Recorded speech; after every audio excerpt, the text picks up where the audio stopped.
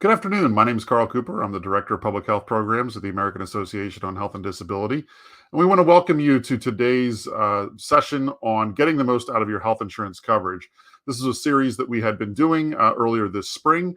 And there was one topic we did not get an opportunity to really talk about in depth that we thought was important enough that we wanted to come back and do one more to really get into this important topic. And that is getting the most out of your health insurance as it relates to prescription drug coverage. So for that reason, we have a special guest we want to bring on today who's going to be able to tell us a little bit more about what she's done with her family and her daughter in relation to prescription drugs. So at this point, I want to introduce April to our conversation. So good afternoon, April. Thanks for joining us. Thanks for having me.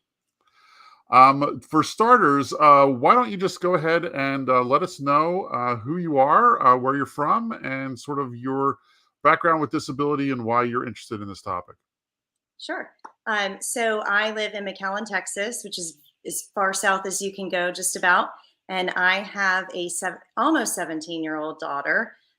She was very healthy up until 6 years old, and then our lives turned upside down. She developed intractable epilepsy overnight, and it was within a week we were in the ICU. And so we have been on an odyssey looking for her cure. We've done a lot of brain surgeries. We've done CBD, everything. You name it, we have tried it. And so it has been, she's on several medications. She's on like 6 medications right now, plus a trial drug. So we've had a lot of experience at the pharmacy. So just for some context, then, what kind of insurance do you have currently? So I have a PPO through our employer plan. So I work for a family business. We own it, and I'm actually the benefit administrator. So I work on both sides of the insurance debate. I obviously am a very prolific consumer of it, but I also have to go through and choose those plans and what's going to be the best fit and most affordable for my employees. And so I get to see both ends of it. Yeah. So tell us a little bit about then what you do, especially as it relates to your daughter and her need for drug coverage, and what sort of how you've utilized the health insurance for that. Sure. So one thing we did years ago that was just wildly helpful was we put pen to paper. So we have a PPO, but it's an HSA compatible plan. So I don't have copays on my plan. All expense towards deductible is front end loaded. And so I pay out $4,000 by the 10th of January every single year. That's just her medication. So I pay all that out, but then I'm covered at 100% after that.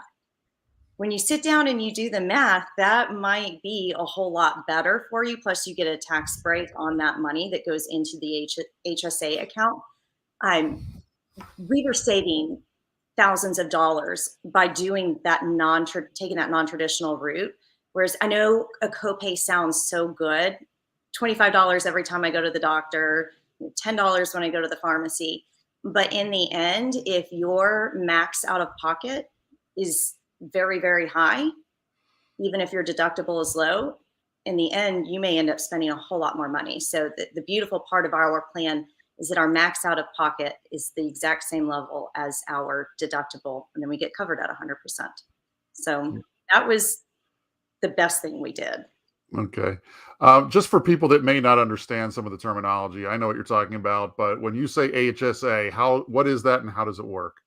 So it's a health savings plan, and not every plan is compatible with it, but you get an entirely separate bank account, and the money that you put in there goes in pre-tax, and then it is spent exclusively on healthcare items. So obviously medication, doctor's visits. There's even a per diem, I believe, for travel and meals. So there is quite a bit that you can spend out of this. But like I said, it's tax-free going in. So that's very, very helpful. And then depending on what you're buying, obviously you get that too. So when you do this, you're not going to have those copays, and that's where you have to jump that fear. So it's definitely for money managers. If you're not a great money manager, that it can be a problem. So what my husband and I do is every year we know we're going to make a large deposit into this account. Now there's a maximum deposit. There's an individual max and then there's a family max. And so we put that money into that account and we're going to spend out her portion right away. But the great thing is every year that we can put the family max and we don't use it all, it rolls over to the next year. It's not like you're going to lose that money. So it's a nice place to keep it safe. And I mean, I don't know, we use our full account every year. We just are not lucky enough to roll over money. But it's great for a lot of people. So, but you have to get over that fear of not having the copays. And, so you're going to go to the doctor. It's going to cost you $125 as opposed to that $25 copay. But like I said, if that maximum out of pocket is low enough, it's very much worth it. So I highly recommend putting pen to paper on that one. Yeah, and I remember just as a point of reference for folks, I think when we talked about my situation when I had gotten my new power wheelchair this past year on the session that we did on medical devices, I was talking about using the HSA or flex spending and having it as available, but figuring out ahead of time, okay, this year we know we're going to need to put in more because we're going to have this big out-of-pocket cost that's going to be associated with that. So I know that, like you said, if people aren't good with planning ahead, that can be a challenge, but the payoff, if you do it, I think is really beneficial and can be very helpful for people to ultimately keep the cost down. While it may not seem like it does, it really does in the long term. So in terms of the actual prescription drugs then that your daughter does use, if you didn't have the insurance, what sort of situation would you be in? I mean, how would you, let me ask the question this way, how much are you talking you'd end up spending a year if you didn't have this health insurance? We would not have a home. Yeah. We would not have a home. It's probably over $10,000 a month that we spend on her health insurance or on the medication. It is, even with insurance, it's the sort of thing that I can't pay out of pocket when things don't go right. I mean, it is wildly expensive. So she's on several controlled substances, brand name drugs. It just, because she tends to be on the newer medications. And so we would be in a very bad situation. Sure. And I tell people who don't want to spend money on health insurance, like, you don't appreciate just how much it does until you go back and you look at those EOBs and you see what you would have been billed. And that price is even lower than the consumer price because that's the contracted rate. So if you go look at, anytime you think you don't want insurance, go look at your EOBs. You will change your mind pretty quickly. Yeah. And yeah, if you figure out what the private pay is on it, then it would be astronomical. So we know what benefits it plays, but sometimes there are challenges using insurance. Let's be honest. And so, especially as it relates to your daughter and her condition, have you experienced barriers and issues with using the insurance? And if so, what did you sort of have to do to work around that? So yes, at least 2 to 3 times a year, I'm the crazy lady crying in the pharmacy. And so I would just say, even the lady who picks out the insurance for a company gets in that position every now and then. And it's very frustrating.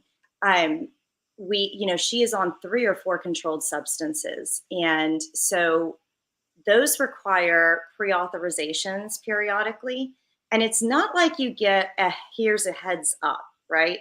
So the trouble is, a controlled substance can only be renewed within a very small window of time. So it's like 2 days before you're out of medicine, then you can renew.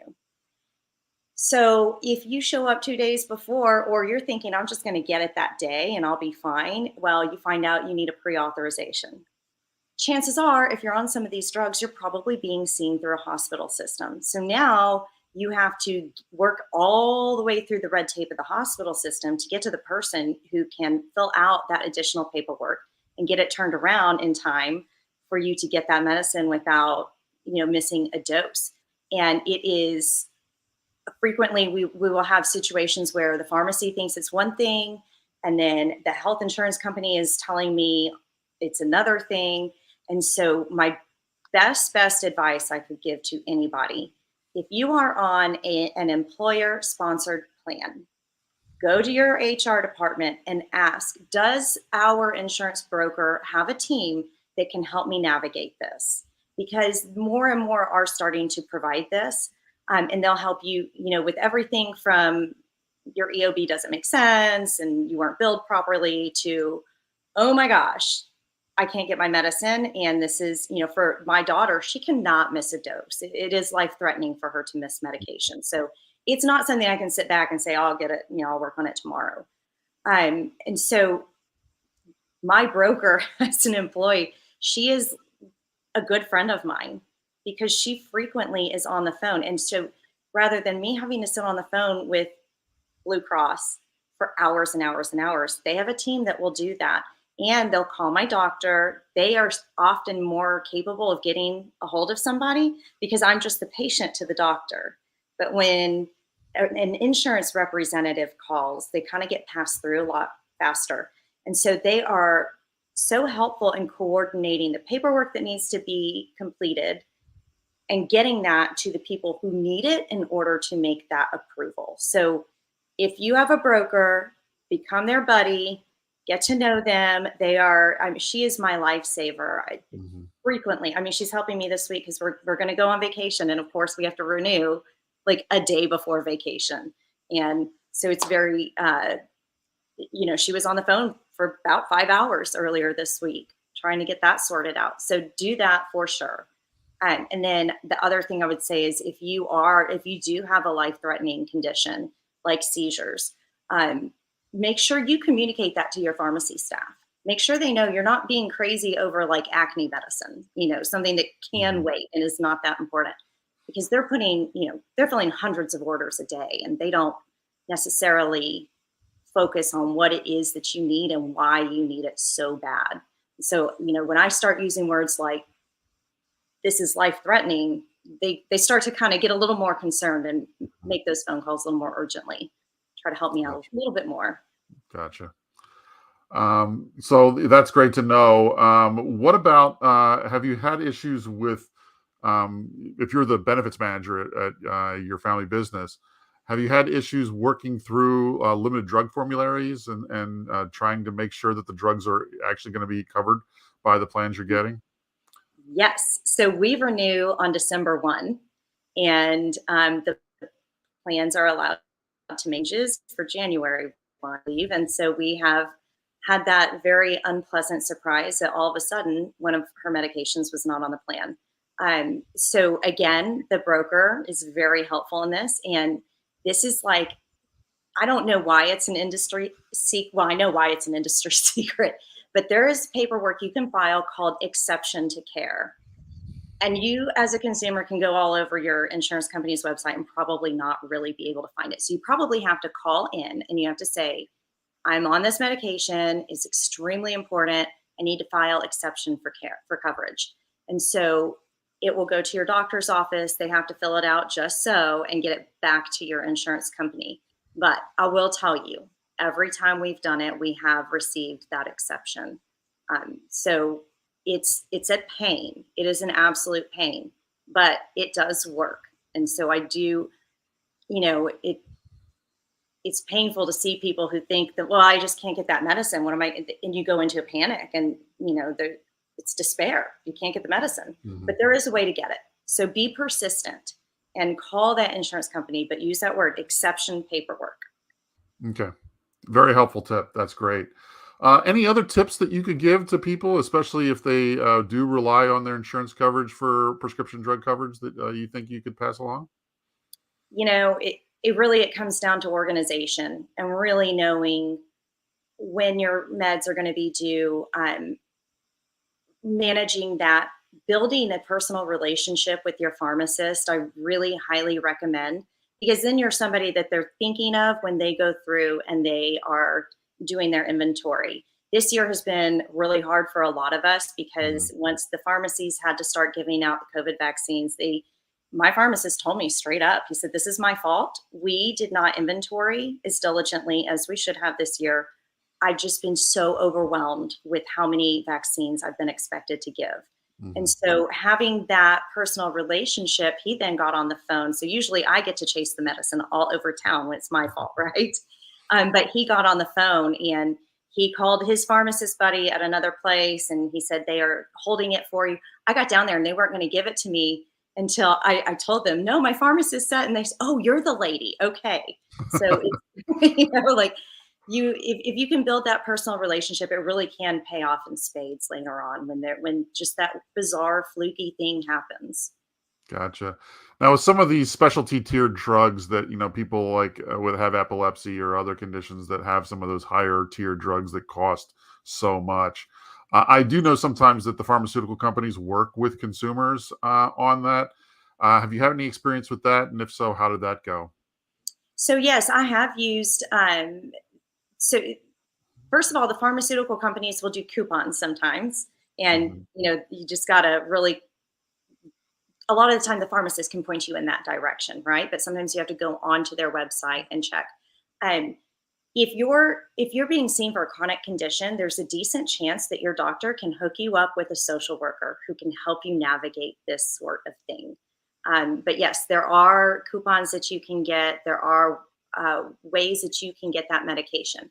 Now, if it's for seizure medications, like we won't even switch manufacturers for the same drug because it's so Hmm. finite. Sure. But if it's a new drug, you can always go back to your doctor and you can say, this is not covered by my insurance. Is there a comparable alternative? And there just might be. Frequently, there is one that they can prescribe to you that will likely be covered. Okay. It's great to know, and these are great tips. And we want to thank you for coming on and sharing some of your experiences with us and providing some of those tips that I think will be really beneficial to folks. So, thank you very much for joining us today. Thanks for having me. Yep. So that concludes our conversation for today. A lot of great, helpful hints there. That's going to conclude the series that we have on this getting the most out of your health insurance. We're going to be putting together a clip of some of the highlights of these interviews that we've done. So be looking for that in the coming weeks. And we want to thank you very much for joining us today.